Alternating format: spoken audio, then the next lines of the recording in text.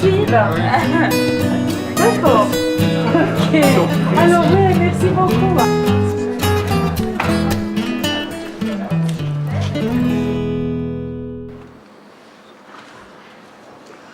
Bonsoir et bienvenue pour cette soirée archéologique qu'on a intitulée Archéologie et politique. Merci d'être venus. Donc ce soir nous avons 3 films. Le premier, La bataille des musées, ensuite Les secrets du trésor de Priam et Le grand jeu archéologie et politique. Donc le premier film, tout d'abord, La bataille des musées, va nous emmener principalement en France, où les musées sont aujourd'hui parfois contraints de répondre aux restitutions de certains biens archéologiques demandés par certains pays comme la Nouvelle-Zélande ou le Mali ou des tas d'autres pays. Donc c'est un gros problème, cette demande de restitution. C'est ce que va traiter ce film maintenant.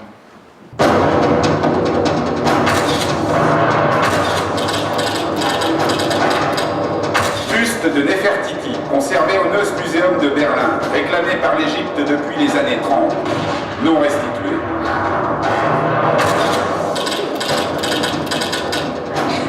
Frise du Parthénon, conservé au British Museum, réclamé par la Grèce depuis les années 80, non restitué.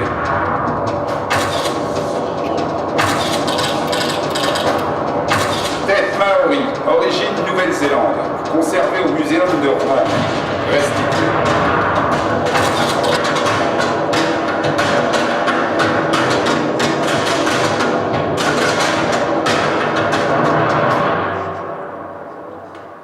Nous allons maintenant nous rendre en Russie avec un film, Les secrets du trésor de Priam. Donc nous avons la chance d'avoir Yossif Patermak, le réalisateur de ce film, qui va venir nous dire quelques mots sur son film.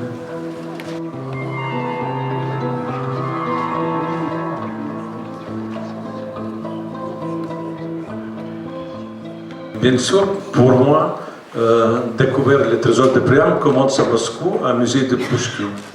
Voilà. Et après, ça c'est une très très longue histoire qui... Je fais des enquêtes, comment ça se passe, et je préfère parler avec vous après les films. Voilà, bonne projection, merci pour bienvenue ici. Il y a eu une recherche de documents d'archives qui était tout à fait remarquable et qui permettait, par la juxtaposition du discours de certaines personnes, certains acteurs actuels, ou de l'enquête faite autour de l'histoire de ce trésor de Priam, d'une part, et des documents d'archives qui remettent dans le contexte de l'époque d'autre part, cela permettait de bien comprendre les motivations, et sans qu'il y ait un discours pédagogique ou pesant, il y a une réflexion de très grande qualité qui était présente. La découverte d'un trésor dans les profondeurs de la Terre suscite depuis toujours fascination et convoitise. Mais quand l'or semble surgir des récits d'Homère, c'est le mythe qui rencontre l'histoire. Il y a 2 ou 3 laboratoires du monde qui sont capables de faire les bonnes analyses de cet objet et donner les bonnes réponses qu'à l'époque. Ça c'est Homère, ça c'est 2000 avant Jésus-Christ, comme ça. Mais il faut, si scientifique, il y a maintenant les outils pour faire ça. Mais les Russes disent qu'il faut, s'il vous plaît, le laboratoire et rentrer avec le laboratoire à Moscou. En 1870, Heinrich Schliemann, archéologue, entreprend des fouilles sur la colline d'Isarlik, dans l'actuelle Turquie. C'est à cet endroit qu'il fait la découverte inattendue d'un grand nombre d'objets et de bijoux en or, qu'il s'empresse de nommer Trésor de Priam. Nous allons passer au dernier film de cette soirée, un petit film de 25 minutes.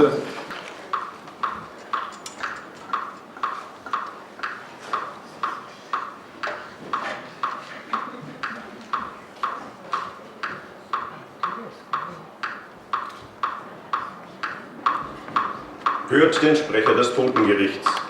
Verhandelt wird in der Sache das große Spiel, dem Wetteifern der imperialen Mächte um die besten Plätze im Mittleren Osten, Zentralasien und Nordafrika. Angeklagt sind 10 Archäologen, tätig im Auftrag der Kolonialmächte. Wir hören als letzten Zeugen Max von Oppenheim, den Ausgräber von Tel Halaf. Je veux dire en résumé 3 films très complémentaires montrant que la politique intervient. On en attendrait d'autres encore sur le sujet et si possible de la qualité de celui de Youssef Pastonak.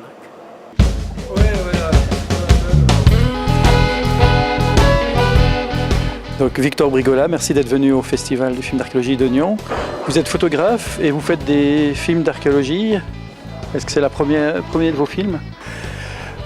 Yeah, thank you for the invitation. I'm happy being here. This is my first film about an archaeological theme. I'm a photographer. I'm working a lot in both sides, in photography and making films. And my film about the ethnography of an archaeological excavation is a combination of photography and film. C'est de l'eau. Ah oui, de l'eau. Mais c'est de la Volvic. Bon, Tahar Bedredjeb, vous faites un festival à Amiens. Pouvez-vous nous parler? Oui, nous avons organisé un festival tous les 2 ans comme ici à Nyon, depuis maintenant 1988. Donc ça commence à faire un bail, quoi. Parce que là, donc, l'année prochaine aura lieu le 12e festival, que je bien. Voilà, moi je tiens à venir à Nyon au moins 2 ou 3 jours sur le festival parce que mes occupations professionnelles ne m'autorisent pas à venir plus longtemps. Et c'est toujours un plaisir de venir ici, bien sûr.